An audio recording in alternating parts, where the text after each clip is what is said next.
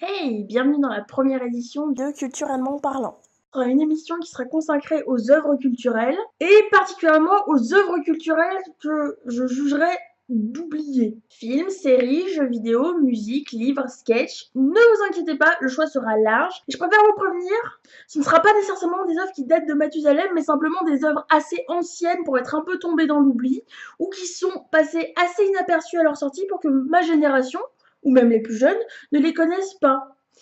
Et putain, c'est bien dommage. D'un film des années 50 que tout le monde semble avoir oublié à une série des années 90 terminée depuis 15 ans et jamais rediffusée nulle part, il y en aura pour tous les goûts. Et du coup, pour ce premier épisode, on va parler de la série Daria.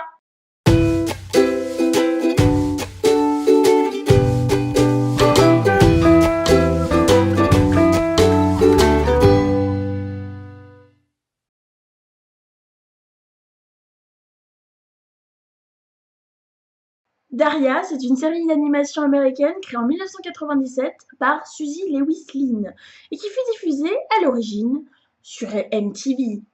Oui, MTV. Vous avez bien entendu. La même MTV qui se noue aujourd'hui dans des émissions, comment dire, plus débilissimes les unes que les autres. Mais croyez-le ou non, à une époque lointaine, il existait un autre MTV. Un MTV que beaucoup de gens ont oublié. Quand on sait qu'à une époque, leur slogan était quand même Watch and Learn, ça fait froid dans le dos de voir que MTV est passé de ça.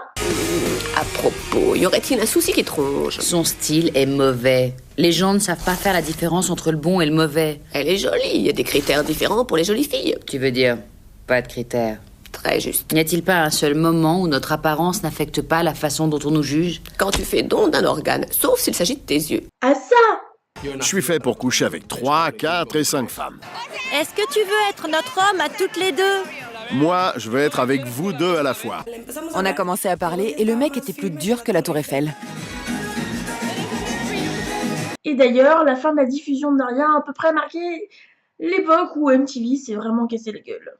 La série s'est terminée en 2002, elle comporte 5 saisons et 2 films. Mais avant d'avoir sa propre série, Daria est à l'origine apparue pour la première fois dans Beavis and Butt-Head, une autre série typique de ce que certains osent même appeler l'âge d'or de MTV. Dans cette série, Daria était un personnage très secondaire, qui était la plupart du temps moqué par les deux personnages principaux ou qualifié simplement de grosses têtes. And this time I want you to work with Daria Morgendorfer, our straight-A student who won the Science Award last year. But Mrs. Dickey, Beavis and Butthead are complete imbeciles. Yeah, she's right. Remarquez, ce n'est pas très difficile en comparaison aux deux héros qui passaient la plupart des épisodes à parler de sexe ou à faire des choses parfois dangereuses et assurément toujours stupides. Do you want to meet beautiful women? Uh-huh. Do you want to go out with beautiful women? Yeah. Well, you'll never feel comfortable asking them out if your hemorrhoids are bothering you. That's right. If you want to get women, you gotta do something for those darn hemorrhoids. Mais suite au succès de son personnage, un spin-off a rapidement été mis en chantier. Et au final, le premier épisode fut diffusé le 3 mars 1997. La série met en scène les Morgendorfer, famille d'apparence banale qui vit dans la ville fictionnelle américaine de Lawndale. Et je vous laisse deviner le nom du personnage principal, attention, gros suspense. Les enfants, nous avons une nouvelle élève parmi nous aujourd'hui. Veuillez tous accueillir Daria Morgendorfer. Daria, veux-tu lever la main? Parfait, Daria, puisque tu as levé la main. Daria est une adolescente asociale qui ne manque jamais d'analyser avec sarcasme le monde qui l'entoure. Elle regarde d'un œil parfois amusé, souvent atterré, les travers de ses contemporains, et particulièrement ceux de ses camarades de lycée ou de sa famille. Mais sous cette facette marginale, elle fait souvent preuve de beaucoup d'humanité et beaucoup de compréhension envers les personnes qui l'entourent. Non, mais tu rigoles ou quoi? Pas envie de te parler, je parle pas au mâche, moi. Avec toi, faut voir. Mais en tête à tête, dans un coin sombre, et encore, c'est pas sûr. Tu bloques la porte de mon casier. Non, mais tu sais à qui tu parles? À Tommy Sherman. Moi, tout ce que je sais, c'est que la fac est sans dessus dessous à cause d'un abruti de joueur de foot dont l'ego lui cache la vue. Toi, je t'ai déjà vu insulter ou draguer toutes les nanas qui ont eu le malheur de croiser ton chemin. J'en déduis donc que c'est toi, le joueur de foot, dont on me rebat les oreilles. Toutes mes félicitations, tu as dû te surpasser pour devenir un abruti de première en un temps aussi record. Queen, la cadette, est l'exact opposé de sa sœur. Superficielle, obsédée par la mode et les garçons, elle passe le plus clair de son temps envie de shopping avec ses copines ou parler et flirter avec la jante masculine. Oh là là, je trouve super chouette ton caleçon. Ouais, t'as vu mes nouvelles chaussures? Des espadrilles. Non, c'est des caoutchoucs de bateau. Queen, qu'est-ce que tu es intelligent. Bah ouais, mais seulement pour les choses importantes. Queen fait tout son possible pour cacher à ses amis que Daria est sa sœur, car elle la considère pas normale. Ce qui donne beaucoup d'occasions à Daria de mettre sa sœur dans l'embarras. Mais oh, tu es la cousine de Queen ou un truc comme ça? Désolée, tu me raconteras plus tard, j'ai peut-être une chance d'humilier Queen. Jacques, le père de famille, arbore souvent un visage inquiet, apparemment traumatisé par une enfance à la dure à l'école militaire imposée par son père psychorigide. Mais bien sûr que non. Pour exprimer des émotions, il faut d'abord avoir une âme. Qu'est-ce que tu as l'air d'insinuer par là? Papa était un homme très gentil et très affectueux. Mais oui, naturellement. Assez affectueux pour m'envoyer dans une école militaire à la première occasion. Mais c'était toi qui voulais une vie beaucoup plus structurée. Non, tout ce que j'avais dit, c'était que j'étais pas contre un stage de tennis. Oh? Ah oui, c'est vrai. Mais papa a transformé mes propos, tout comme il a transformé mon adolescence tout entière en un abominable nœud coulant d'amertume et de solitude. Souffrant d'un manque de considération de sa famille, il se montrera le plus souvent laxiste et démissionnaire envers ses filles, dont il semble avoir plus peur qu'autre chose. Tu as eu un A, tu auras une récompense. Et voilà. Bah fallait pas, papa. Et ce ne serait pas 2 poids 2 mesures, ça. Quoi? Tu viens de lui filer $20 parce qu'elle a eu un A. Tu as pensé à tous les A que j'ai eu pour des prunes. Oui, Jacques. Tu vas où avec ça? Mais j'avais pas fini. Daria a droit à une récompense régulière pour ses bonnes notes régulières. Hey! Eh ben voilà, vous avez qu'à tout prendre. Hélène, je t'avais prévenu que j'étais nul à ces conneries parentales. Enfin, la mère, Hélène, est une avocate carriériste obsédée par son travail. Elle fait néanmoins office de pilier familial face à l'étude à l'ouest de son mari. Queen, qu'est-ce que ça signifie? Je viens de faire encore une journée de 12 heures et la première chose que je vois quand je rentre... Jacques! Je suis réveillé. Où sont les filles? Mais elles étaient là tout à l'heure. Toujours scotchée à son téléphone, elle passe souvent sa vie de famille et sa vie de couple au second plan, ce qu'elle est la première à déplorer. Écoutez, est-ce que vous pensez qu'une rencontre parent-professeur est nécessaire ou est-ce que ma secrétaire peut faire l'affaire? D'accord, c'est parfait. Bonne soirée! Néanmoins, elle est la seule qui tente encore de maintenir la cohésion dans son cercle familial en organisant comme elle peut des sorties en famille. Au-delà de la famille de Daria, tout un tas d'autres personnages étaient grainés au fil de la série et composent le quotidien de Daria, à commencer par sa meilleure amie Jeanne. Pince-moi, dis-moi que je rêve. Tu veux me faire avaler que toi, tes crétins de parents et la poupée Barbie, vous allez planter la tente dans la forêt, style retour à la nature, camp des pionniers. J'espère que l'intense sentiment de jalousie qui te ronge ne tuera pas notre amitié. Jeanne partage beaucoup de points communs avec Daria, à commencer par son constat assez alarmiste envers le monde qui les entoure, mais surtout elle partage un intérêt commun pour la culture, l'art et la littérature. Au début, simples camarades réunis un peu au hasard, elles vont au fil de la série développer une véritable amitié qui marquera un des points forts de la série. La vie de son lycée et les personnages qu'elle sera amenée à rencontrer vont être un moteur pour toute la série. À l'image de ses enseignants, que ce soit un jeune professeur qui vient juste de débuter et qui est plein de rêves et d'une envie de bien faire. Relisons ensemble ton dernier devoir, mon sentiment sur le polyculturalisme. Tu as écrit « Je préfère la monoculture du coton ». Oh bah ça, je l'ai pas copié, hein, si c'est de ça que vous parlez. Non, je te crois bien sûr.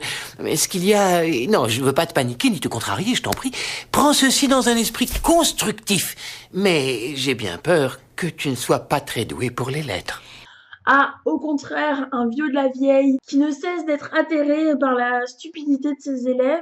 Ça ne serait pas une affligeante tentative de flatterie, monsieur Rutheimer, un écran de fumée manifeste visant à me dissocier habilement de la bien maigre pitance que je reçois chaque mois comme babysitter d'une bande d'indécrottables crétins. Je voulais seulement vous vendre un disque. Ou encore une femme d'une 40aine d'années qui vient d'être quittée par son mari et qui en veut à toute la gente masculine. Vous pouvez voir que le rat retourne directement vers sa mangeoire. C'est ce que l'on nomme un renforcement positif. Si ça pouvait marcher aussi bien avec les hommes qu'avec les rats. Oh, bien sûr, au début, ils reviennent à la maison. Vous les nourrissez, vous vous faites un sang d'encre en les attendant, et après avoir été leur esclave pendant des années, ils se font la malle sans même laisser un petit mot, sans passer un coup de fil, sans rien laisser derrière eux. Comme des lâches qu'ils sont! La grande force de la série, c'est de mettre en avant des personnages qui sont de base assez stéréotypés, le joueur de foot, la pop-up girl, la première de la classe, mais qui vont prendre énormément en nuances et en vérité au fil de la série. Ma vieille, et t'as entendu ce qu'elle vient de dire du centre commercial? Elle a dit que c'était un organisme. Elle n'a jamais prononcé le mot orgasme. Et arrête de m'appeler ma vieille, ok? Ma puce, et t'as entendu comment elle a appelé le centre commercial?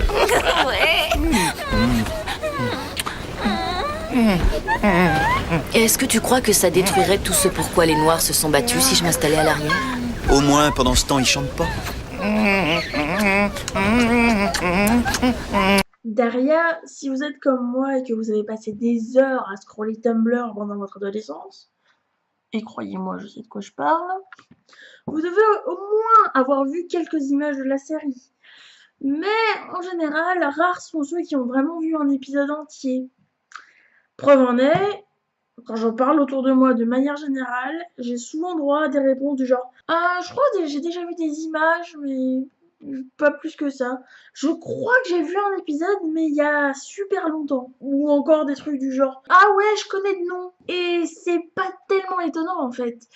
Déjà, la série a été diffusée qu'une seule fois en France, sur Canal+, et pendant assez peu de temps. En plus, aucune sortie DVD n'est jamais arrivée jusqu'à chez nous.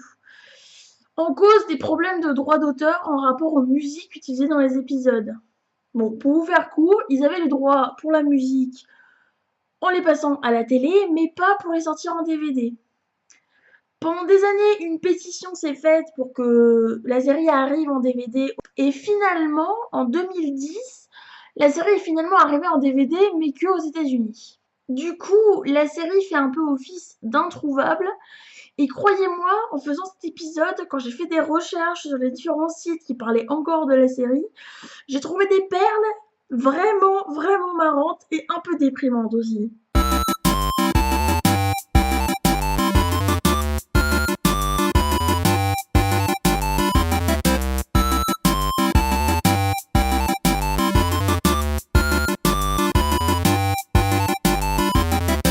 Mais peut-être que certains d'entre vous vont se souvenir de ce générique de la mort qui tue.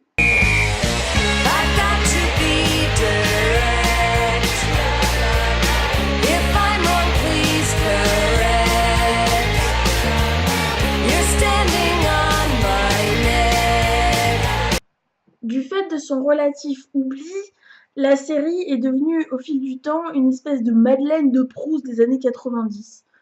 Un quadro de Proust des années 90.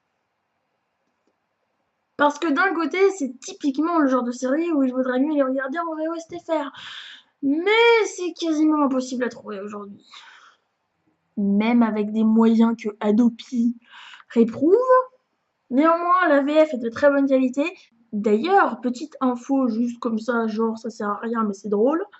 La voix française de Queen est faite par Valérie Carsanti, que vous connaissez sûrement pas de nom, mais peut-être que si je vous mets un petit extrait là comme ça, vous allez dire « Ah oui, tiens, ça me rappelle quelque chose ». Oh, bon, écoute, maintenant, José, tu parles, hein. Plus tu te tais, moi, plus je me dis que c'est grave. En plus de l'écriture de la série qui est d'une excellente qualité et qui comporte honnêtement des catchphrases de fifou. Bonjour Daria, je suis votre psychothérapeute particulier. Vous jouez à quelque chose? Non, je discutais avec l'ordinateur. Vous discutez souvent avec votre ordinateur? Seulement quand le frigo ne m'adresse plus la parole. Ah. On peut pas s'empêcher en regardant Daria d'avoir l'impression que cette série n'a pas pris une ride. Même si elle est ancrée dans les années 90 avec le côté un peu grunge ou certains éléments qui semblent un peu datés comme, bon, soyons réalistes, les téléphones d'une taille surdimensionnée par rapport à nos standards actuels, cette série est toujours d'actualité. Car Daria, sous ses airs marginales, se pose exactement les mêmes questions que n'importe quelle adolescente. Et même si elle a une manière de la gérer qui est bien à elle, on peut pas s'empêcher d'être attendri et de se retrouver dans son personnage. Que ce soit l'éthique, l'engagement politique, la peur de l'avenir, du système scolaire, ou simplement la gestion d'une vie familiale compliquée. Daria traverse en effet les mêmes difficultés que n'importe quelle adolescente, que ce soit les premiers émois amoureux, les difficultés avec sa meilleure amie, les épreuves familiales, les traumatismes en rapport à son enfance, Beaucoup d'épisodes sont centrés sur elle, mais aussi le rapport qu'elle a avec les autres. Cette série se montre assez bienveillante au final envers ses personnages et envers ceux qu'ils vivent.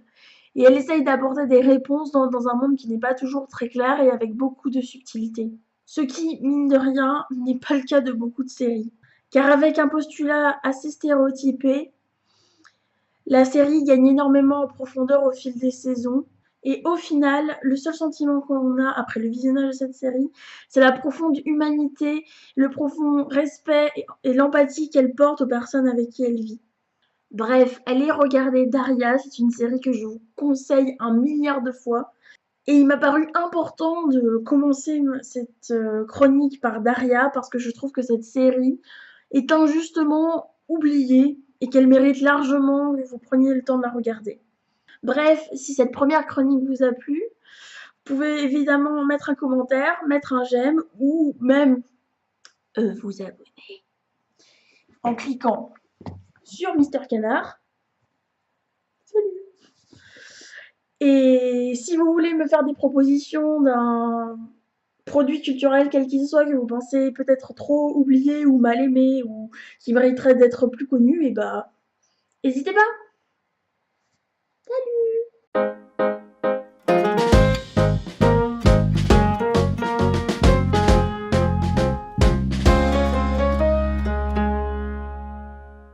Toujours plus loin, plus haut, plus fort, nos alpinistes de l'extrême s'attaquent à la plus haute montagne de fiente du monde, prochainement sur Triste Monde Tragique.